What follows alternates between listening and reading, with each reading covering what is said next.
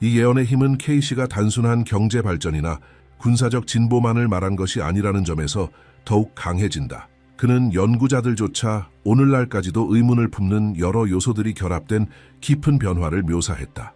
집단적 저항, 적응력, 사회적 규율, 그리고 그가 드물다고 여긴 운명의식이 그것이다. 그는 분열과 전쟁으로 얼룩진 이 지역이 통계로만 측정할 수 없는 무언가를 지니고 있다고 기록했다. K씨는 세계가 내부 문제들로 분산되어 있을 때 이 전환이 시작될 것이라고 말했고, 주요 강대국들이 동시에 붕괴하는 동안 한반도가 주목받게 될 것이라 했다. 그의 말에 따르면 이 과정은 빠르고 예상치 못하게 일어나며 많은 정부가 상황을 인식하는데 시간이 걸릴 것이라고 했다. K씨는 이 부상이 조용히 시작된다고 했다. 처음에는 즉각적인 관심을 끌지 않는 내부 움직임들로 구성될 것이며, 역사적으로 분리되어 있던 양측이 공개적으로 드러내지 않은 채 협력하기 시작한다고 그는 묘사했다. 이 초기의 결속은 공식적인 연설이나 공개 협정에 의존하지 않을 것이라고 했다. 그것은 기술적, 과학적, 전략적 환경에서 조용히 시작되며 실용적인 결정들이 카메라 밖에서 이루어질 것이라고 했다. 그는 한반도가 겉보기에는 국경을 유지하더라도 하나의 기능적 유기체처럼 행동하게 될 것이라 했다. 이 조용한 협력은 그의 예언에 따르면 안보, 경제, 그리고 미래 동맹 형성에 직접적인 영향을 미치게 될 것이다. 예언은 이러한 변화가 세계가 국내 문제에 몰두해 있는 동안 중단 없이 진행된다고 계속 말한다. K씨는 전통적인 강대국들이 사회적, 정치적으로 동시에 붕괴되어 외부 사건에 영향을 미칠 능력을 상실하게 될 것이라고 묘사했다. 그는 이러한 국가들의 내부 불안정이 전 세계적인 공백을 만들어내며 그 공백은 빠르게 채워져야 하고 그 누구도 한반도의 부상을 막을 수 없을 것이라고 했다. K씨는 이 시기 동안 한국이 핵심 분야에서 안정성과 효율성을 보여주며 세계적 혼란 속에서 국제적인 주목을 받게 될 것이라고 강조했다. 이 예언의 영향력은 K씨가 묘사한 세계의 반응을 통해 더욱 커진다. 그는 각국 정부가 한반도를 놀라움, 망설임, 때로는 안도감으로 바라보기 시작할 것이라고 말했다. 국제적 혼돈 속에서 세계는 빠르고 안전하며 명확한 결정을 내릴 수 있는 지역을 찾게 될 것이며, 그 역할을 유일하게 할 수 있는 곳이 한국이라고 그는 믿었다. 그는 이러한 움직임이 외교적 캠페인이나 이념적 대결이 아닌 필요에 의해 발생할 것이라고 했다. 각국은 한반도가 국제적 붕괴의 시대에 유일하게 안정성을 제공할 수 있는 곳이라는 사실을 깨닫게 될 것이라 그는 예언했다. 이 예언 단계에서 가장 도발적인 지점은 K씨가 이 움직임의 상징적 중요성을 묘사하는 방식이다. 그는 한반도의 부상을 전 세계가 역사적 전환의 시작으로 해석하게 될 것이라고 말했다. 지금까지 이 지역을 무시해온 사회들이 이제는 국가 재편성의 본보기로 새로운 기준으로 바라보게 될 것이라 했다. 이 변화는 정부, 과학자, 분석가, 종교 지도자들까지도 놀라게 하며 왜 이 땅만이 번영할 수 있었는가에 대한 전 세계적인 논쟁을 불러일으킬 것이라고 기록했다. 그리고 K씨에게 이 질문은 훨씬 더 거대한 어떤 것의 시작일 뿐이라고 했다. 한반도의 변화는 수십 년간 분단된 두 지역이 공동으로 움직이기 시작하면서 시작된다고 K씨는 예언했다. 공식적으로는 서로 다른 국경과 담론을 유지하더라도 실제로는 하나의 방향으로 작동하기 시작한다는 것이다. 이러한 접근은 공개적 행사나 의례에서 비롯되지 않고 기술적 군사적 위치에 있는 이들의 전략적 결정에서 비롯된다고 했다. 그는 이러한 협력이 외부의 압박과 변화하는 지역 균형 속에서 살아남아야 한다는 인식에 대한 공동 반응으로 태어날 것이라 했다. 이 조용한 결속은 산업, 기술, 물류 영역에서 빠르게 진전할 수 있는 통합 구조를 만들어내게 된다. 기록된 예언에 따르면 이러한 초기 협력은 전 세계적 위기가 강대국들의 행동을 제한하기 시작할 때 더욱 강화된다. K씨는 이때 한반도가 드문 기회를 인식하게 된다고 했다. 다른 나라들이 내부 불안정으로 바쁘게 될 동안 한반도는 수년간 준비해온 경제적, 과학적 기반을 공고히 할 수 있다고 했다. 이는 전례 없는 전략적 도약으로 이어진다고 그는 말했다. 양측은 자원을 공유하고 공동 프로젝트를 확장하며 공개되지 않은 상태로 되돌릴 수 없는 계획들을 전개하기 시작한다. 이 과정은 국제 분석가들을 놀라게 할 새로운 지역적 힘의 출현을 의미한다. K씨는 이 블록의 성장을 전 세계적으로 가속화되는 긴장 상황과 연결지었다. 그는 2028년에서 2030년 사이 미국이 극심한 불안정 상태에 빠져들며 외교 정책을 스스로 통제할 수 없는 지경에 이른다고 묘사했다. 내부 집단 간의 심각한 분열, 끝나지 않는 정치적 교착 상태, 전국적인 시위, 그리고 전략적 결정을 가로막는 경제 위기를 언급했다. 이 시기에 미국은 국제 협약을 유지하거나 새로운 갈등에 효과적으로 대응하는 데 어려움을 겪게 되며 그 결과 다른 지역 강국들이 미국이 담당하던 역할을 대신하게 되는 공간이 생긴다고 K씨는 기록했다. 예언은 중국도 비슷한 위기에 직면한다고 전한다. 그는 중앙정부의 권위를 도전하는 내부 긴장이 커지며 정치적 분열, 지역 간 경제 갈등, 분리주의 운동, 그리고 환경 및 생산 위기와 연결된 인구 압력이 동시에 나타날 것이라 했다. 이에 따라 중국은 해외 활동을 대폭 축소하고 내부 안정에 집중하게 되며 미국과 중국이라는 두 초강대국이 동시에 퇴조하면서 국제 질서는 빠르게 불안정해진다고 예언했다. 이 시기는 K씨에 따르면 주요 강대국들이 지정학적 통제력을 거의 상실하는 시기이다. 세계가 이 혼란을 파악하려 애쓰는 사이 한반도는 조용히 전진하면서 협정을 체결하고 전략적 동맹을 구축하며 영향력을 넓혀간다고 그는 묘사했다. 이 부상은 전면적인 충돌이 아닌 기존 초강대국들이 대응할 수 없는 상황에서 이루어지며 내부 문제에 갇힌 그들의 부재가 한반도의 새로운 리더십의 자리를 열어준다고 K씨는 강조했다. K씨는 이 시기를 결정적인 전환점으로 보았다. 수십 년 만에 주요 강대국들이 동시에 취약해지는 첫 순간으로 이 변화가 얼마나 빠르게 진행될지를 국제 분석가들이 예측하지 못할 것이라고 말했다.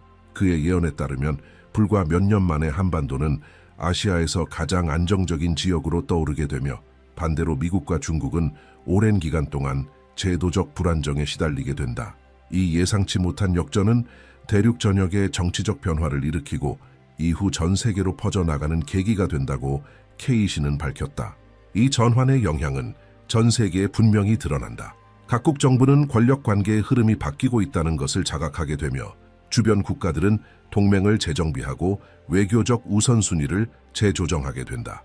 이 시기 한반도는 안정성과 규율의 상징으로 부각되며 새로운 신뢰할 수 있는 파트너를 찾는 국제협상의 중심지가 된다.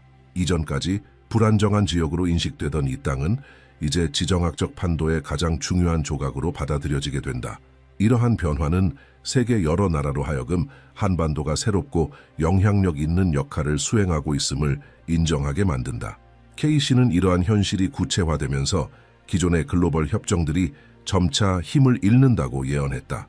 경제 블록들은 재편되고 방위 조약은 재검토되며 국제기구들은 새로운 흐름에 적응하는 데 어려움을 겪는다. 일부 국가는 고립을 선택하고 또 다른 나라들은 새로운 지정학 질서가 확립되기 전에 한반도에 다가가려는 움직임을 보인다. 이 영향력을 둘러싼 경쟁은 더욱 강한 변화를 예고하는 긴장 상태를 만들어낸다. 미국과 중국이 내부 붕괴에 빠져 있는 사이 한반도는 세계를 놀라게 할 새로운 역할을 수행하기 시작한다. 바로 글로벌 의사결정의 중심으로 떠오르는 것이다. K씨에 따르면 이 부상은 전통적인 외교나 느린 전략적 확장에 의한 것이 아니라 오히려 어떤 국가도 제공할 수 없는 요소들을 한반도가 제공할 수 있기 때문에 가능한 일이다. 그 요소들은 바로 안정성, 기획력, 그리고 객관성이다.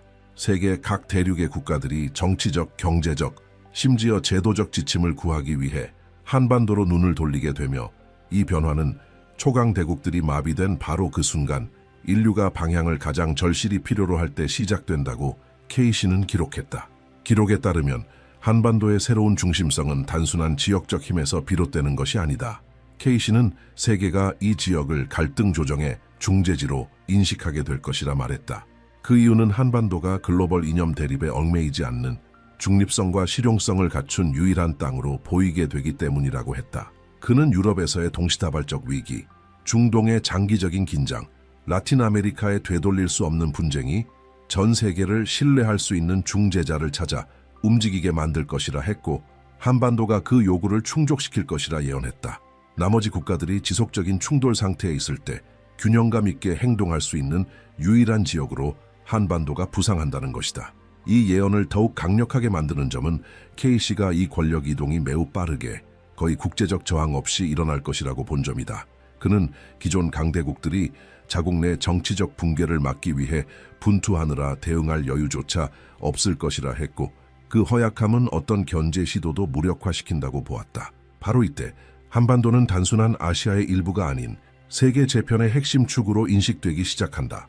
전략 논의의 중심도 기존의 역사적 수도에서 한국의 주요 도시들로 옮겨가며 여러 대륙의 외교관, 전문가, 협상가들이 모여들게 된다고 그는 예언했다. 케이시는 이 한반도의 부상이 아주 드문 지도자의 등장 없이는 완성되지 않는다고 덧붙였다. 그는 이 인물을 남과 북 양측 모두에게 존경받는 존재로 묘사했다. 과거에는 절대로 대화를 나누지 않던 집단들을 하나로 모을 수 있는 인물로, 전통 정치 엘리트 출신이 아닌 비범한 이력과 독자적인 판단력으로 주목받는 리더라고 했다. 그는 이 인물이 세계적으로 신뢰받는 결정을 내리는 리더로 부각되며 기존 세계 지도자들이 신뢰를 잃어가는 시점에 진정한 대안으로 떠오르게 된다고 말했다. 수년 전에는 상상조차 할 수 없었던 방식의 제안을 내놓으며 단절없이 협상을 이끌어내는 능력으로 국제적 주목을 받게 된다고 케이시는 기록했다. 그는 이 지도자가 한반도의 새로운 시대를 상징하게 되며 국제적 주목을 받고 다양한 지역의 갈등 해결에 초대될 것이라고 말했다. 케이시는 이 지도자가 당시 형성될 동맹들에 직접적인 영향을 미칠 것이라 기록했다. 외교적 위기에 직면한 국가들은 그의 중재를 요청하고 분쟁 중인 나라들은 그의 감독하에 대화를 시도하게 될 것이라고 했다. 그는 이 지도자가 군사력으로가 아니라 행정적 전략적 능력으로 세계적 기준이 될 것이라고 강조했다. 특히 눈에 띄는 점은 케이시가 이 지도자의 등장을 불가피한 것으로 묘사했다는 것이다. 그는 어떤 국가도 이 지도자의 정치적 영향력 성장을 막을 수 없다고 말했다. 세계가 그의 안정성에 의존하게 될 것이기 때문이다. 케이시는 이 지도자가 등장할 시점이 바로 지구가 되돌릴 수 없는 붕괴 직전에 있는 순간이라고 보았으며 국제사회가 그에게 두는 신뢰가 전 세계 권력 구조를 직접적으로 변화시킬 것이라고 했다. 기존 국제기구들은 위기에 대응하지 못하는 반면 이 새로운 정치 중심지는 과거 강대국들이 담당하던 책임을 맡게 될 것이라고 기록했다. 에드가 케이시는 한반도의 정치적 외교적 부상 이후 진정으로 세계 운명을 바꾸는 단계가 올 것이라고 예언했다. 바로 서울을 중심으로 한 새로운 글로벌 질서가 만들어지고 평양까지 확장되는 단계이다. 그는 기존 국제 의사결정 중심지들이 내부 분쟁과 동시적 위기 처리 능력 부족으로 영향력을 잃기 시작한다고 했다. 이런 상황에서 한반도는 다자기구가 맡던 기능을 수행할 가장 준비된 지역으로 떠오르게 된다. 케이시는 여러 대륙의 국가들이 안전성과 조직력, 행정적 연속성을 보장할 수 있는 유일한 지역으로 서울의 사무소, 위원회, 국제기구 본부를 이전하게 될 것이라고 기록했다. 이러한 전환은 전통적 구조의 붕괴 압력 속에서 빠른 단계로 진행될 것이라고 했다. 케이시는 이전에 단순히 국가 중심지로 여겨지던 도시들이 세계적 중심지로 변모할 것이라고도 예언했다. 그는 서울이 글로벌 기관들을 수용하도록 재구성되며 외교관, 과학자, 전략가, 국가 원수들이 지속적으로 오가는 도시가 될 것이라 했다. 서울은 세계 경제, 정치, 기술 관련 주요 결정이 이루어지는 봉어지가 될 것이며 이러한 변화는 기존 강대국들이 최소한의 안정조차 제공할 수 없는 상황에서 불가피하게 나타날 것이라고 기록했다. 한반도는 세계가 지속적 교착 상태에 있는 동안 구체적 성과를 보여주며 그 자리를 차지하게 된다는 것이다. 예언은 평양을 언급하면서 더욱 강력해진다. 그는 평양이 세계 과학의 새로운 중심지가 되어 기존 한계를 뛰어넘는 연구를 수행하게 될 것이라고 했다. 국제기관들이 이곳으로 이전하게 되는 이유는 천연 자원, 전략적 준비, 그리고 한반도의 조용한 통합 이후 축적된 기술적 역량의 결합 때문이라고 케이시는 설명했다. 평양에는 물리학연구소, 생명공학센터, 에너지연구소, 글로벌 연구기관들이 자리잡아 전 세계 전문가들을 끌어들이게 될 것이라고 했다. 이러한 환경 속에서 개발되는 새로운 기술들은 세계 경제의 작동 방식을 직접적으로 변화시키게 될 것이라고 기록했다. 케이시는 이 예언에서 가장 충격적인 부분으로 화석 연료 기반의 기존 세계 에너지 모델을 완전히 대체할 새로운 형태의 에너지 출현을 언급했다. 그는 남부의 기술과 북부의 자원의 결합이 전례 없는 에너지 체계를 개발하게 할 것이라고 했다. 이 발견으로 한반도는 절대적 리더십을 확보하게 되며 다른 어떤 국가도 이 과정을 빠르게 재현할 수 없다고 기록했다. K씨는 이 새로운 에너지가 전 세계적으로 채택되어 세계가 한반도에 직접적으로 의존하게 될 것이라고 밝혔다. 그는 이러한 의존이 강제의 결과가 아니라 필요에 의한 것이라고 했다. 에너지 위기에 직면한 국가들은 한반도와 즉각적인 협정을 맺어 새로운 기술에 접근하려 할 것이다. K씨는 한반도가 전 세계 전력 공급, 첨단 시스템, 산업용 장치를 제공하는 중심지가 되어 최근 역사에서 전례 없는 기술적 지배력을 갖게 될 것이라고 기록했다. 한반도는 세계적 에너지 공급망 구축을 주도하며 수년 내에 전체 경제를 재편할 능력을 갖게 된다고 했다. 또한 K씨는 반도체, 인공지능, 통신, 자동화 시스템 등 전략적 핵심 분야에 대한 통제력도 강화될 것이라고 기록했다. 이러한 기술적 우위는 한반도가 글로벌 협정, 규제, 기준 설정에 직접적인 영향력을 행사할 수 있는 기반을 제공하며 다른 국가들은 한반도의 속도에 맞춰 경제를 조정하지 않으면 고립될 수밖에 없다고 했다. 변화는 매우 급격하여 기존 산업 중심지는 영향력을 잃고 서울과 평양이 세계적 기준점으로 부상하게 된다. K씨는 한반도의 기술적 부상이 국제적 접근 경쟁을 촉발할 것이라고도 언급했다. 각국은 최소한의 참여를 확보하기 위해 양자협정, 경제조약, 전략적 파트너십을 모색하게 될 것이며 한반도는 이 새로운 글로벌 네트워크에 참여할 국가를 신중히 선택하게 된다. 이는 과거 세계 의제를 주도하던 국가들 사이에 조용한 경쟁을 유발하며 글로벌 재편은 전 지구적 지정학 지도를 완전히 재정해야 하게 된다고 K씨는 예언했다. 에드가 K씨는 서울이 글로벌 기능을 맡고 평양이 과학 중심지로 부상한 이후 세계가 전혀 예상치 못한 현상이 일어날 것이라고 예언했다. 바로 수백만 명의 사람들이 안전, 미래를 찾아 한반도로 이동하는 대규모 이주가 시작되는 것이다. 그는 이 이주가 원활하게 이루어지지 않고 이전에 국제 무대를 주도하던 지역들이 기본적 생활 조건을 상실하면서 절박하고 급박한 형태로 전개될 것이라고 기록했다. 각국은 주민들이 거주할 수 없는 위기에 직면하며 사람들은 세계가 붕괴하는 동안 유일하게 정상적으로 기능하는 한반도로 이동할 것이라고 K씨는 강조했다. 예언에 따르면 이 이동은 처음에는 소규모 집단으로 시작되지만 시간이 지나면서 전례 없는 규모로 확대된다. K씨는 2035년경 여러 대륙에서 수백만 명이 한반도로 이동할 것이라고 했다. 미국 시민들은 정치적 경제적 붕괴 때문에, 유럽인들은 내부 붕괴와 기반 시설 상실 때문에, 아시아인들은 영토 분쟁과 심각한 환경 위기 때문에 이동할 것이라고 했다. 아프리카와 중동 국가 출신들도 생존을 위해 이동하게 되며 이 모든 흐름은 단일 방향으로 진행된다. 이 이주는 질서 정연하게 이루어지지 않는다. 끝없는 대기, 압박받는 국경, 국제 시스템의 무력함 속에서 전개되며 서구 도시들은 몇 년 만에 상당한 인구를 잃게 된다. 가족들은 땅을 떠나고 기업들은 문을 닫으며 전체 지역 사회가 비게 된다. K씨는 이 이동이 한반도가 장기 위기를 견딜 수 있는 유일한 안정적 구조, 기능적 경제, 정치적 안전성을 제공한다는 명확한 인식에 의해 촉발된다고 기록했다. 동시에 한반도 자체도 내부적 도전에 직면한다. 그는 남북 통합 과정에서 갈등이 발생하며 정치적 대립, 행정적 분쟁, 급격한 변화를 받아들이지 않는 집단의 저항이 나타날 것이라고 했다. 이 단계는 고도의 긴장 상태, 산발적 충돌, 이념적 불일치로 특징 지어지며 새로 확보한 안정성을 위협할 수 있다. K씨는 이 시기가 결정적 순간이며 한반도가 진정으로 세계적 위치를 유지할 수 있는 역량을 갖추었는지 시험하는 단계가 될 것이라고 예언했다. 그는 전략적 통합 과정이 내부와 외부 양쪽에서 방해를 받을 것이라고 예언했다. 정치적 집단들은 통제권을 회복하려 시도하고 통합에 반대하는 움직임이 다양한 지역에서 발생하며 심지어 외국 국가들조차 잃은 영향력을 되찾기 위해 한반도 통합 과정에 개입하려 할 것이라고 K씨는 기록했다. 이 시기는 긴장이 고조되어 인적 구조적 피해가 발생할 수 있으며 한반도는 미래를 위태롭게 하지 않기 위해 강력한 조직력과 규율을 보여야 한다고 했다. 그는 이러한 불안정이 최고조에 달하는 순간은 외부 세력이 내부 갈등을 조작해 한반도의 신흥 강대국으로서의 통합을 방해하려 할 때라고 했다. 이때 세계는 외교적 교착 상태에 놓이며 각국은 자국 붕괴를 막으면서 한반도에 압력을 가하려는 조용한 경쟁을 벌일 것이라고 기록했다.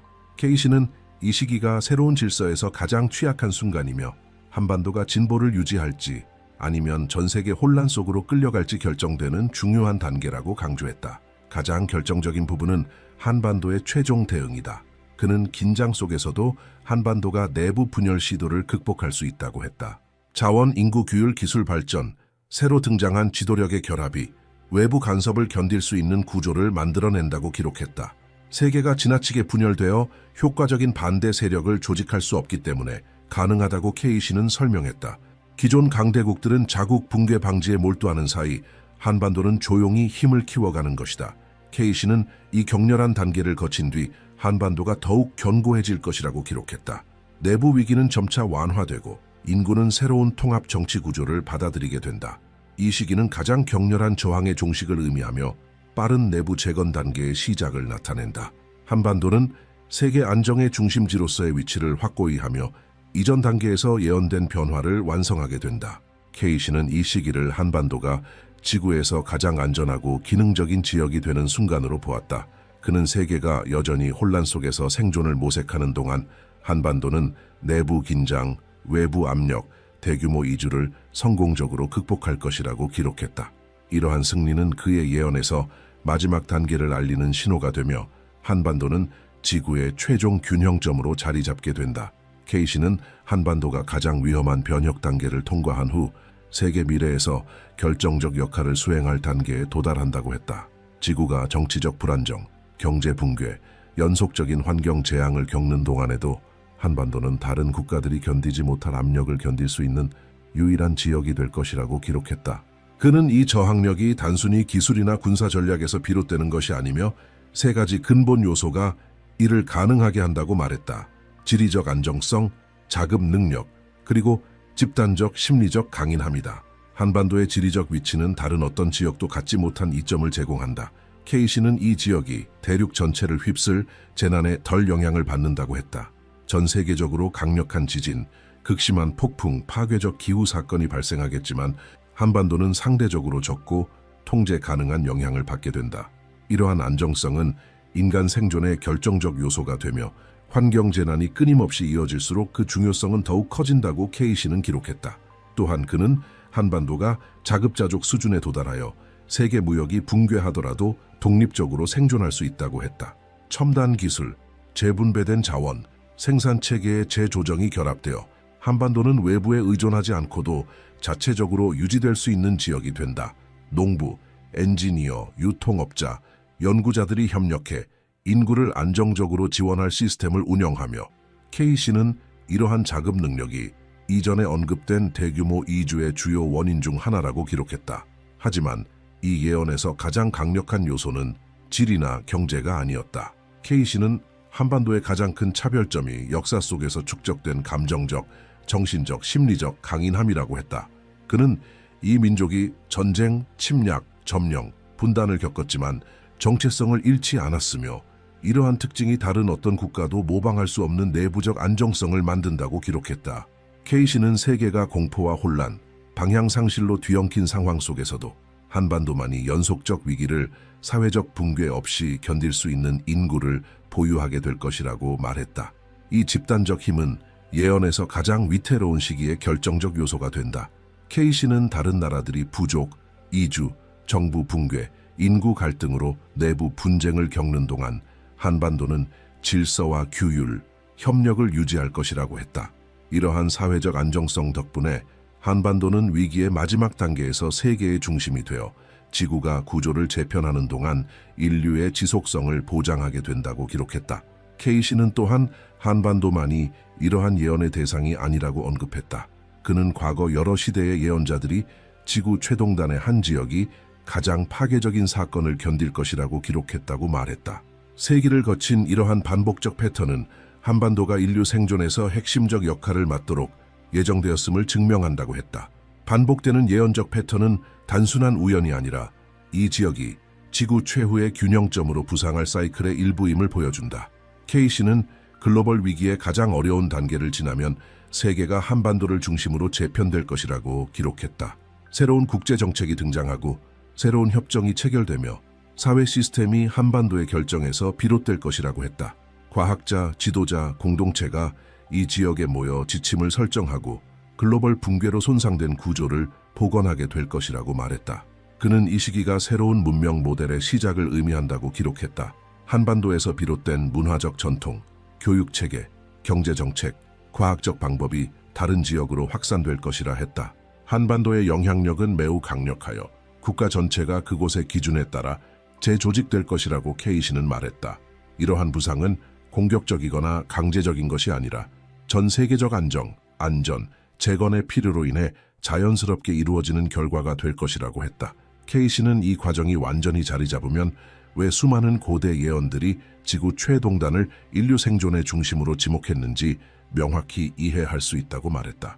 그는 이 지역이 지구의 마지막 피난처가 되어 세계가 역사상 가장 큰 위기를 겪는 동안에도 사회 구조가 견디는 곳이 될 것이라고 기록했다. 이러한 저항력은 한반도를 새로운 문명의 중심으로 만들며 인류가 잃어버린 모든 것을 재건할 수 있는 기반을 제공하게 된다고 했다. 그에게 이 결론은 불가피한 예언의 종착점이었다. 한반도는 인류의 미래 중심지가 되어 마지막 생존 단계를 지탱하고 새로운 시대의 첫 장을 열 것이라고 케이시는 말했다. 세계가 이 변화를 이해하게 되었을 때는 이미 너무 늦으며 미래는 이미 움직이고 있고 한반도가 그 중심에 서게 될 것이라고 강조했다. 개인적으로 이 미래상을 보면 케이시의 예언은 단순한 정치적, 경제적 패권을 넘어 문화적, 사회적, 심리적 강인함과 자금력, 기술적 혁신이 결합된 종합적 생존 능력에 주목하고 있다는 점이 흥미롭습니다. 그는 위기 속에서의 질서와 협력, 그리고 역사적 경험에서 축적된 강인함을 미래 사회의 핵심 동력으로 본 것이 인상적입니다. 이 시나리오는 한반도가 단순한 지역적 강대국을 넘어 세계적 균형과 재건의 중심지가 되는 가능성을 상상하게 합니다. 신디 제이콥스가 처음으로 북쪽에서 조용한 몰락이 올 것이라고 언급했을 때 거의 아무도 그녀의 말을 진지하게 받아들이지 않았다. 그때는 1994년이었고 한반도는 여전히 일상에 얽매여 있었다. 그녀는 그 땅에서 가장 강력한 세력이 갑작스럽게 무너질 것이라고 예언했다. 북쪽의 가장 큰 별, 이 아무런 경고 없이 빛을 잃을 것이며 마치 시간 자체가 한 시대를 뿌리째 뽑아내는 듯한 순간이 올 것이라 말했다. 거의 주목받지 못했지만 김일성의 갑작스러운 죽음이 대륙을 마비시키며 그 예언은 현실이 되었다. 신디에게 그 사건은 단순한 역사적 사건이 아니었다. 이미 진행 중이던 더 큰 변화의 첫 신호였다.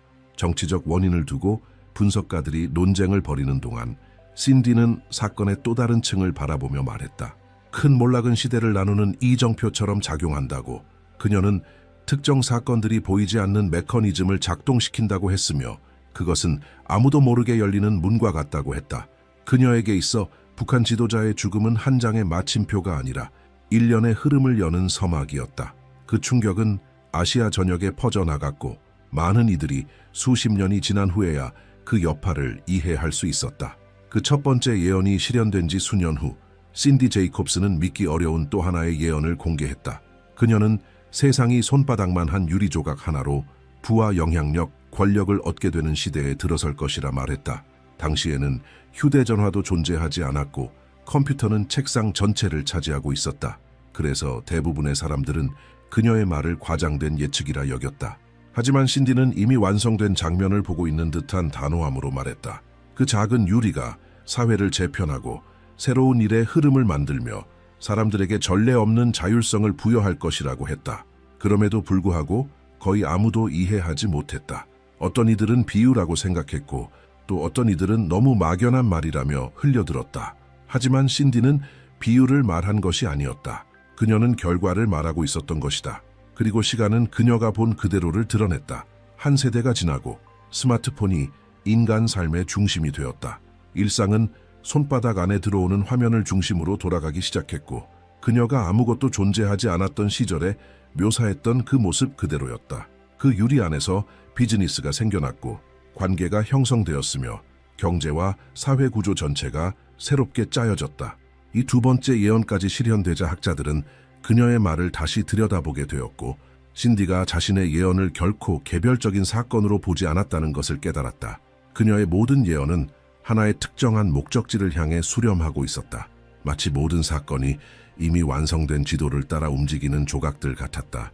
북쪽의 몰락, 기술의 진보, 가속화되는 문화의 변화, 알 것은 정교하게 배열된 흐름을 따르고 있었다. 그녀는 시간이 무작위로 흐르지 않는다고 믿었으며 시간은 주기적으로 순환하고 그중 일부 주기는 보이지 않는 문처럼 열리게 된다고 말했다. 그때부터 신디는 모든 징후가 정확한 한 해를 가리키고 있다고 강조하기 시작했다. 그녀는 어떤 시대는 한계에 도달하면 다른 시대가 시작되며 그 순간 역사는 새로운 주인공을 드러낸다고 말했다. 그녀에게 그 주인공은 개인이 아니라 하나의 국가였고 그 국가는 바로 대한민국이었다. 시간이 흐르면서 그녀의 계시는 점점 더 단호해졌다. 변화의 시점은 이미 정해져 있으며 그 문이 열리는 순간을 어떤 것도 바꿀 수 없다고 했다. 그 시점은 2026년이었다. 신디는 마치 누구보다 먼저 반짝이는 지평선을 본 사람처럼 이 해를 이야기했다. 그녀는 2026년이 위기나 전쟁, 기술 발전을 넘어서는 더 거대한 변화 속에서 한국의 진정한 역할을 드러내는 계시의 주기가 될 것이라 말했다. 그녀에 따르면 한반도는 그 누구도 예측하지 못한 새로운 자리에 놓이게 되며 그것은 인간의 영역을 넘는 힘에 의해 결정될 것이라고 했다. 북쪽의 몰락부터 디지털의 진보까지 그 모든 흐름은 단지 준비에 불과했다. 그래서 오늘날 많은 이들이 그녀의 과거 메시지를 다시 찾아보고 있다. 현재의 사건들이 그녀의 오래된 예언과 맞물리면서 한 문장 한 문장이 새로운 무게를 갖게 된다. 세계가 다시 불안정한 시기로 접어들면서 그녀의 말은 더욱 불길하게 다가온다. 예전엔 멀게만 느껴졌던 일들이 놀라울 정도로 빠르게 현실이 되어가고 있다. 신디는 언제나 말했다. 신에 주목하는 자는 역사가 전환점을 맞이할 때를 알아볼 수 있다고. 그녀는 그때가 지금이라고 말했다. 세월이 흐르면서 신디 제이콥스의 계시를 면밀히 따르던 사람들 사이에서 한 가지 사실이 점점 주목받기 시작했다. 서로 다른 시기, 다른 메시지, 다른 맥락 속에서도 그녀는 언제나 같은 지점을 언급하고 있었다. 주제나 상황이 무엇이든 결국 결론은 한 해로 모아졌다. 처음엔 우연이라 생각한 사람들도 반복되는 언급 속에서 그 의미를 다시 보기 시작했다. 신디는 시간 속에 준비된 하나의 기준점이 있다고 했고 그 순간 더 높은 힘들이 한국을 무시할 수 없는 운명 앞에 세울 것이라 말했다. 그 시점은 언제나 피할 수 없는 전환점으로 언급되었으며 그녀에 따르면 앞으로 벌어질 모든 일은 이 지점을 바라보지 않고는 이해될 수 없다고 했다. 신디가 반복적으로 언급한 그 해 불편할 정도로 정확했던 그 연도는 2026년이었다. 그녀에게 그것은 추측도 논리적 추론도 아니었다. 신디는 이 시기가 일종의 영적 관문처럼 작용한다고 말했다. 그것은 세상의 특정 요소들이 정렬될 때만 열리는 문이며 그 문 앞에 바로 한국이 서 있다고 했다. 그녀의 계시에 따르면 이것은 단순한 사회적 혹은 정치적 변화가 아니라 눈에 보이지 않는 구조를 흔드는 깊은 움직임이었다. 이 움직임은 완전히 새로운 순환을 한국 민족에게 시작하게 할 것이며 마치 오랜 시간 조용히 준비되어 온 계획이 마침내 실행되는 순간 같았다. 신디는 몇몇 해는 경계선처럼 기능한다고 말했다. 그 이전에는 성장, 갈등, 조정, 혼란이 있고 그 이후에는 정의, 명확성, 책임이 따르게 된다는 것이다. 그녀에게 있어 2026년은 그런 경계선이었다. 북쪽의 붕괴부터 기술혁명에 이르기까지 지금까지의 모든 사건들은 하나의 과정이었다. 그리고 그녀는 이 과정이 결코 우연이 아니라고 강조했다. 일상을 살아가는 이들에겐 감지되지 않는 정밀한 동기화가 있었고 영적 주기의 흐름을 이해하는 사람에게는 그것이 뚜렷이 보인다는 것이다. 이 동기화는 한국을 중심에 놓았고 그것은 군사력이나 경제력이 아닌 신디가 부름의 선이라고 부른 것 때문이었다. 이 부름의 선은 전환의 시기에 다른 나라들을 이끌 운명을 지닌 국가들을 위한 길이었다. 신디는 자신이 이 구조를 어떻게 인식했는지 설명할 때 해석이나 상징을 넘어선 영적 인식을 말하곤 했다. 그녀는 시간은 직선이 아니며 특정한 상황이 성숙해짐에 따라 열리는 여러 겹의 층이라고 했다. 그녀는 시대들이 문처럼 작동한다고 설명했다. 각 문은 일정 수준의 사건, 집단 감정, 역사적 변화가 누적되어야만 열린다. 그녀는 그 문이 진동하기 시작할 때, 즉 세상의 영적 공기가 움직이기 시작할 때를 감지할 수 있다고 말했다. 그녀가 2026년을 그렇게 분명히 보게 된 이유는 바로 이 영적 민감성 때문이었다. 많은 이들은 그녀의 경고가 비정상적인 정확성을 지닌 것에 놀라워했지만 신디는 그것이 예언이 아니라 읽기라고 말했다. 그녀는 시간은 흔적과 신호 자국을 남긴다고 했고 영적으로 민감한 사람은 그것을 인식할 수 있다고 했다. 지진이 발생하기 전 미세한 진동을 남기듯 전 세계적인 거대한 변화도 본격적으로 드러나기 전에 인지 가능한 신호를 남긴다는 것이다. 그녀에 따르면 그 신호들은 수년간 점점 강해지고 있었고 언제나 같은 방향을 가리키고 있었다. 한국은 결정의 문 앞에 설 것이며 동시에 기회의 문 앞에도 설 것이라고 했다. 그리고 신디 제이콥스는 첫 번째 큰 신호를 이전보다 훨씬 명확하게 묘사하기 시작했다. 그것은 심지어 가장 회의적인 사람들조차 불편함을 느끼게 만들 정도였다. 그녀는 한국이 2026년에 사명을 맡기 전 세계는 동쪽에서 오는 하나의 충격을 목격하게 될 것이라고 말했다. 그것은 정치도 경제도 군사도 아닌 더 깊은 무언가였다. 땅의 깊은 곳에서 솟구치는 무엇이었다. 그녀의 비전에 따르면 그 단층의 첫 진동은 일본에서 시작될 것이었다. 신디는 일본 땅 아래에서 움직이는 붉은 에너지를 묘사했고 그것은 마치 바다 자체가 어떤 이해할 수 없는 것에 반응하듯 지면을 흔드는 힘이었다. 그녀는 이것이 역사적 전황이 이전에 나타나는 보이지 않는 질서의 첫 번째 접촉이라고 말했다. 신디가 묘사한 그 에너지는 결코 평범한 현상이 아니었다. 그녀는 동쪽이 갑작스러운 움직임에 휩싸일 것이라고 말했으며 그것은 단지 물리적인 진동이 아니라 영적인 진동일 것이라 했다. 일본 열도 아래에는 수세기 동안 축적된 긴장이 존재하며 2026년의 순환이 가까워질 무렵 그 긴장이 표면으로 드러난다는 것이었다. 그녀는 하늘이 붉은 기운으로 덮이는 환상을 언급했으며 그것은 새로운 사건의 연속이 시작됨을 알리는 신호처럼 보였다고 했다. 일본은 결말의 지점이 아니라 한반도를 운명으로 밀어넣는 반가소였다. 그 상징적 진동은 일본 땅 아래 깊은 곳에서 무언가가 끊어지며 오랫동안 잠들어 있던 힘들이 활성화되는 순간이었다. 그녀는 일본이 기울어지는 나라로 오랜 압력과 싸우는 가운데 바다마저 평소와는 다른 움직임을 보이게 될 것이라고 묘사했다. 그것은 지정된 해의 문이 곧 열릴 것이라는 가장 명확한 경고였다. 그녀의 시각에서 일본은 이 지역의 재균형 순환이 시작되는 지점이며 그 첫 번째 충격을 감당해야 할 곳이었다. 신디가 말한 동쪽의 붕괴는 완전한 파멸이 아니라 한국 민족에게 직접적인 영향을 미치는 변화의 시작이었다. 많은 사람들이 그녀의 말을 자연재해에 대한 경고로만 받아들였지만 신디는 그보다 훨씬 더 깊은 의미를 강조했다. 그녀는 일본이 흔들릴 때 한반도 주변에서 무언가가 깨어날 것이라고 말했다. 그녀의 비전 속에서 두 나라는 마치 하나가 움직일 때 다른 하나도 함께 반응하는 상호 연결된 존재였다. 동쪽이 기울 때 한국은 일어설 것이다. 그녀는 이 대조를 강한 확신으로 설명하며 일본을 흔드는 힘과 같은 에너지가 한반도에서는 완전히 다른 방식으로 작용하게 될 것이라고 했다. 이것은 결코 다른 나라에 대한 승리나 경쟁으로 해석되어서는 안 된다고 그녀는 강조했다. 이는 그 지역의 영적 균형이 자연스럽게 반응하는 현상이었다. 그녀의 관점에서 영적으로 무게가 실린 한 지역이 쇠퇴할 때 다른 지역이 그 자리를 채우게 된다. 신디는 일본이 오랜 시간 억눌려 있던 무게에 굴복하게 될 그 순간 한국이 앞으로 밀려 나올 것이라고 말했다. 마치 거대한 저울 위에서 한쪽이 내려가면 다른 쪽이 올라가는 장면을 하늘에서 내려다보는 것처럼 그녀는 이 과정을 묘사했다. 그것은 피할 수 없는 흐름이었다. 신디가 묘사한 이 변화의 강도는 단순한 지리적 전환이 아니라는 것을 분명히 했다. 그것은 훨씬 더 큰 무엇이었다.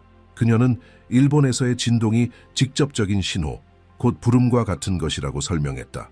그것은 한국이 자신의 계시의 순환 안으로 들어가고 있다는 표시였다. 그녀는 언제나 강조했다. 동쪽의 움직임을 두려움으로 보지 말고 분별력으로 바라보라고. 일본이 자기 안의 불안정성과 마주하게 될 때 한국은 자신이 전혀 다른 역할로 위치 지어지고 있음을 깨닫기 시작할 것이라고 했다. 신디에 따르면 일본과 한국 사이의 관계는 변화가 이미 시작되었음을 알리는 첫 번째 거대한 신호가 될 것이라고 했다. 그녀는 동쪽의 흔들림이 가장 크고 가장 분명하며 결코 무시할 수 없는 경고음이 될 것이라 말했다. 그녀의 비전에서 본 붉은 에너지는 한 시대의 끝을 알리는 동시에 다음 시대의 시작을 나타내는 경고였다.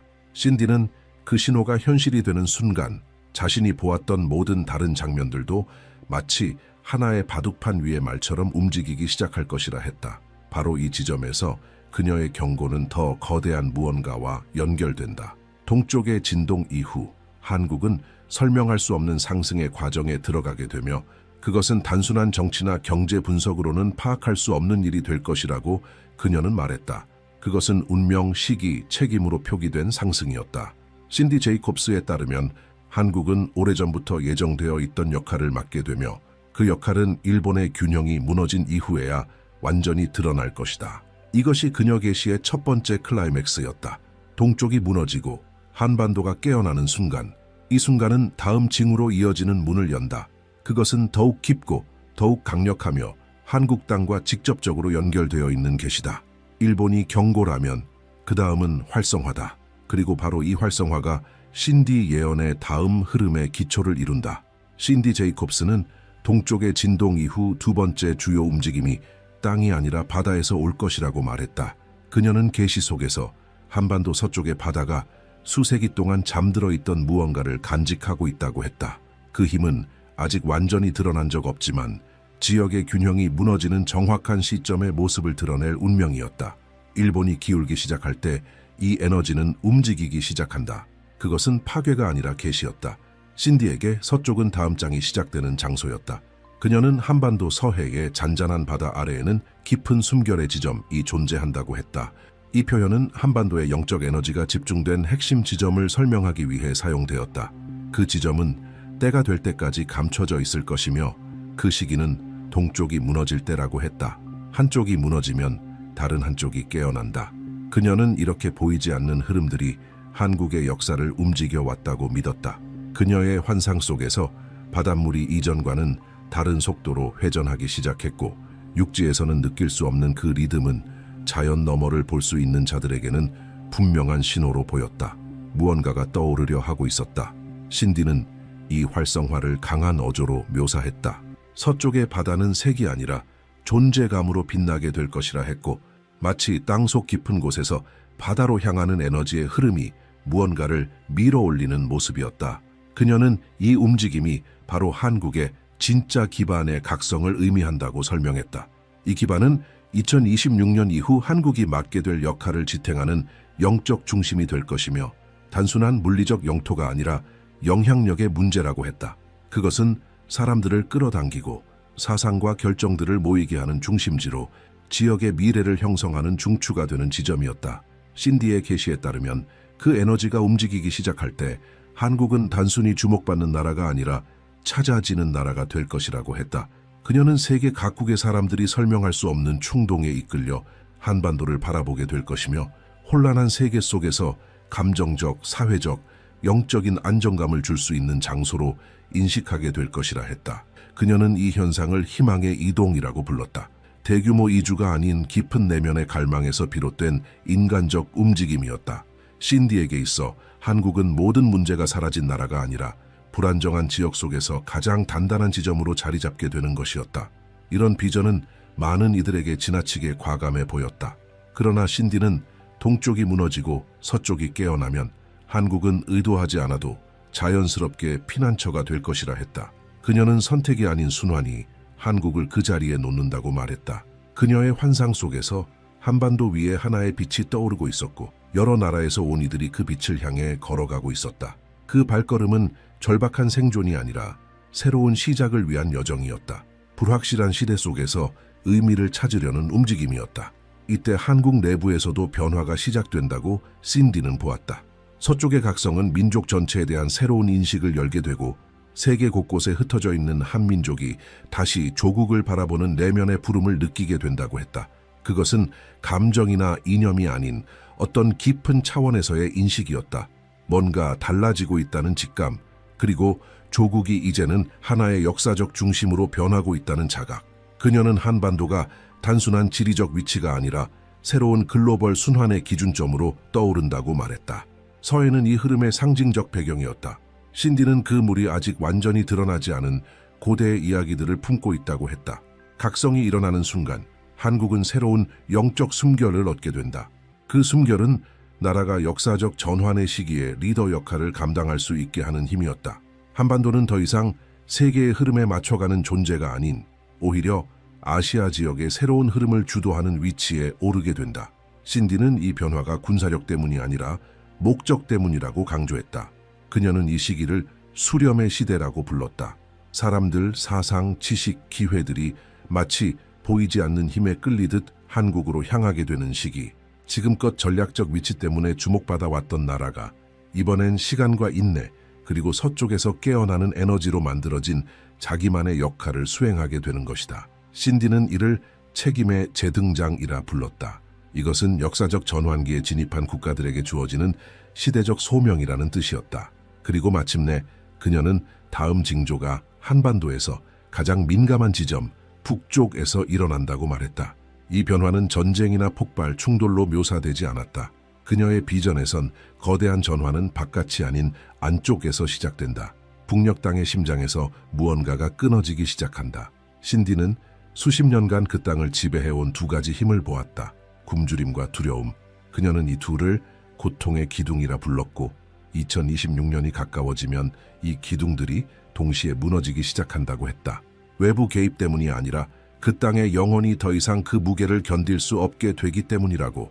신디는 첫 번째 균열은 두려움이 더 이상 효과를 가지지 않을 때 시작된다고 말했다.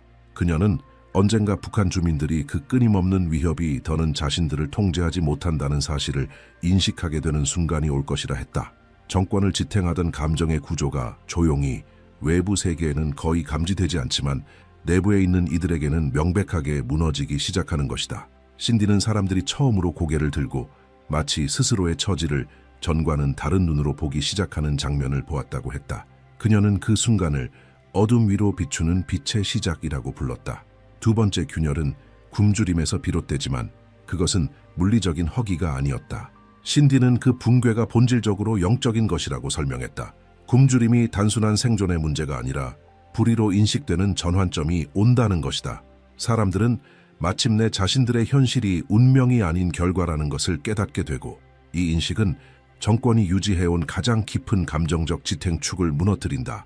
그 순간부터 신디에 따르면 수많은 이들이 남쪽을 바라보게 된다. 그들이 보는 것은 단순한 번영이 아니라 살아남을 수 있는 가능성이었다. 이 흐름은 신디가 순환의 단절이라고 부르는 현상으로 이어진다. 그것은 혁명도 아니고 침략도 아니며 무기도 존재하지 않는다. 오직 집단의식의 변화였다. 그녀는 비전 속에서 사람들이 국경을 향해 걸어가는 모습을 보았는데 그들은 절박한 탈북자들이 아니라 내면의 결정을 끝낸 이들이었다. 그것은 도망이 아닌 찾아 나서는 행위였다. 어둠에서 빛으로 향하는 전환. 사람들은 강을 건너고 도로를 지나며 들판을 가로지르지만 그 침묵 속의 걸음이야말로 신디가 본 가장 깊은 각성의 상징이었다. 동시에 한국은 새로운 역할을 맡게 된다. 신디는 이것을 책임의 피난처라고 불렀다. 그것은 자비나 동정이 아닌 목적에서 비롯된 피난처였다. 한반도가 힘이 아닌 의식으로 연결되는 순간 그녀의 계시에서 남한은 그들을 짐처럼 받아들이는 것이 아니라 더 큰 부름의 일부로 맞이하는 모습이었다. 신디는 남한 사회가 자신에게 오는 이들을 수용하기 위해 구조를 조정하고 이해하고 내부를 재구성해 나가는 모습을 보았다. 통일은 협정이 아닌 인간의 움직임으로부터 온다고 했다. 이 과정 속에서 신디는 더욱 강력한 계시에 대해 말하곤 했다. 그것은 바로 옛 땅의 회복이었다. 그녀는 결코 이 회복을 분쟁이나 점령, 정복의 개념으로 설명하지 않았다. 그녀의 비전에서 나타난 지도들은 침략의 상징이 아니라 기억의 형태로 떠올랐다. 오래전 한민족과 연결되어 있던 지역들이 점차 자연스럽게 다시 맞물리기 시작하고 경계는 점점 그 경직성을 잃어가며 역사적 구조가 스스로의 길을 찾아가는 장면이었다. 신디는 언제나 이 변화가 군사력의 결과가 아니라 전 세계적인 변화 속에서 가능해진 이전에는 상상할 수 없던 재정렬의 일부라고 말했다. 그녀에 따르면 이 회복은 수세기 전에 단절된 어떤 것이 다시 이어지는 상징이었다. 마치 한반도의 정체성이 온전히 다시 숨쉬기 시작하며 영적인 차원에서 결코 사라진 적 없던 확장이 현실로 되돌아오는 듯한 흐름이었다. 신디는 이것이 더 큰 나라로의 부활이 아니라 완전한 나라로의 회복이라고 강조했다. 그녀는 이 과정을 기억의 재통합이라 불렀다. 땅과 민족이 서로를 알아보고 받아들이는 순간, 강요도 폭력도 아닌 오래된 순환이 마침내 닫히는 순간이었다. 그리고 신디는 이렇게 말한다. 세 가지 큰 징후가 동시에 움직이기 시작할 때 동쪽이 흔들리고 서쪽이 깨어나며 북쪽이 고통의 기둥을 무너뜨릴 때 그 모든 것을 넘어서는 일이 발생한다고 그녀는 한 인물에 대해 언급했다. 이 인물은 이미 존재하며 이미 사람들 사이에서 살아가고 있지만 일반적인 시선으로는 전혀 보이지 않는 존재다. 그는 정치인이 아니고 종교 지도자도 아니며 유명 인사나 군인도 아니다. 그는 드문 민감함과 한반도가 나아가야 할 방향에 대한 깊은 통찰을 지닌 인물이다. 신디는 이 사람이 새 흐름이 한 지점에서 만나는 순간 마치 운명이 스스로 그를 위해 길을 열듯 등장하게 될 것이라고 말했다. 신디는 그 인물을 감정적으로도 매우 구체적으로 묘사했다. 겉으로는 눈에 띄지 않는 평범한 사람이지만 그 존재만으로도 사람들의 마음을 움직이는 힘을 가진 인물, 목소리를 높이지 않아도 군중에게 영향을 줄 수 있는 내면의 무게를 지닌 사람이었다. 그녀는 이 사람이 영적 기억을 지닌 자라고 했다. 마치 태어날 때부터 이 시대를 위해 준비되어 있었지만 인생의 대부분을 그 사실을 모른 채 살아온 인물.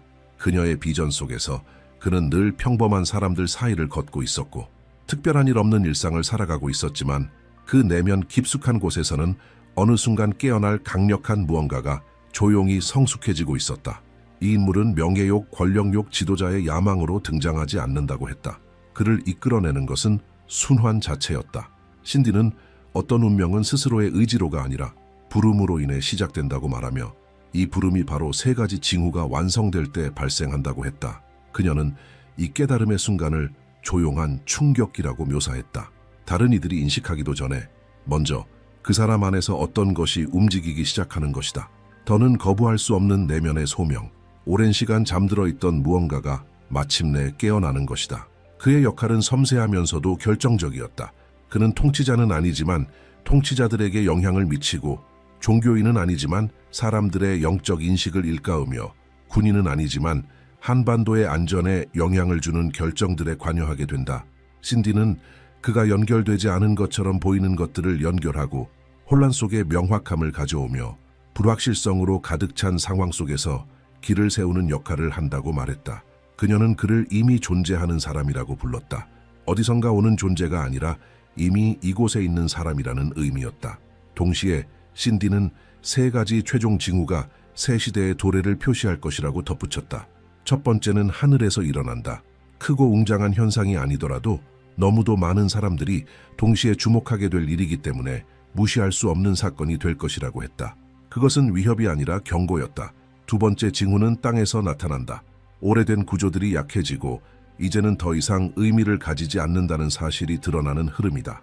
어떤 체계, 질서, 제도가 서서히 무너지는 변화의 조짐이다. 세 번째는 감정의 영역에서 발생한다. 수많은 사람들이 말로 설명할 수 없는 긴박감을 느끼게 되며 그것은 단순한 불안이 아니라 지금 무언가가 바뀌고 있다는 깊은 내면의 인식이다. 신디는 이것이 수만 명에게 동시에 닥치는 집단적인 불편함, 그리고 커다란 전환점 앞에 서 있는 본능적인 자각이라고 했다. 이 세 가지 징후가 정렬되면 신디는 그것이 2026년을 향한 마지막 문을 여는 열쇠가 된다고 말했다. 그리고 그 문이 활짝 열리는 순간 가장 먼저 그 문을 통과하는 국가는 다름 아닌 한국이 될 것이라고 했다. 외부의 힘 때문이 아니라 오랜 시간 동안 압박, 저항, 고통, 준비를 통해 이미 다듬어졌기 때문이었다. 그녀는 한국이 이 새로운 순환의 시작점으로 선택된 이유가 네 가지 특별한 요소에 있다고 보았다. 기술적 지능, 역사적 회복력, 깊이 있는 문화, 그리고 다가올 무게를 감당할 수 있는 감정적 역량. 이미 존재하는 자의 등장과 함께 이 세 가지 징후가 완전히 맞물리는 순간 신디는 한반도가 아시아를 넘어서는 리더십의 자리에 서게 될 것이라 말했다. 그것은 지배가 아니라 방향 제시였다. 그녀는 다른 나라들이 억지나 강요 없이 자연스럽게 그 흐름을 인식하게 될 것이며 한국이 새로운 세계 흐름이 형성되는 시작점이 될 것임을 받아들이게 된다고 했다.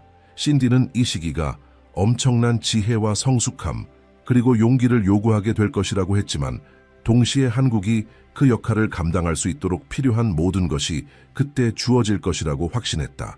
그녀의 계시에 따르면 이 새로운 주기는 단순한 지정학도 고립된 영성도 아니었다. 그것은 인간의 변화에 관한 이야기였다. 사람들이 자신의 길, 선택, 세계와의 관계를 새롭게 바라보게 되는 과정, 신디는 한국이 급변하는 시대 속에서 중심을 잡아줄 수 있는 균형점이 되며 수많은 나라들이 흔들릴 때에도 중심을 유지하는 기반이 된다고 했다. 한국은 혼란 속에서 단순히 살아남는 나라가 아니라 다른 이들을 인도하는 나라가 될 것이라고 그녀는 말했다. 그래서 그녀는 항상 강조했다. 신호들의 주의를 기울이라고. 하늘의 작은 변화, 사람들 사이의 감정의 움직임, 한국 민족의 내면에서 일어나는 변화, 이 모든 것이 하나의 더 큰 이야기의 조각들이 된다는 것이다.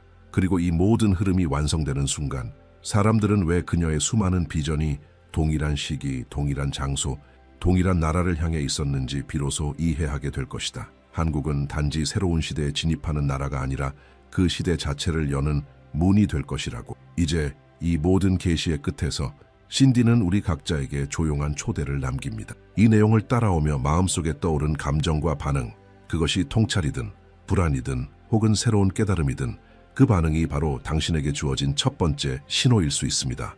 어떤 구절이 당신의 내면을 건드렸는지, 어떤 문장이 멈춰 서게 했는지를 나누는 것은 단지 표현이 아니라 함께 해석해 나가는 하나의 여정이 됩니다. 당신의 인식은 또 다른 누군가가 다가오는 시대를 이해하는 데 필요한 열쇠가 될 수 있습니다. 다가올 시기를 더 맑은 시선으로 바라볼 수 있도록 느낀 점을 기록하고 나누어 보세요. 지금이 바로 그것을 시작할 때입니다.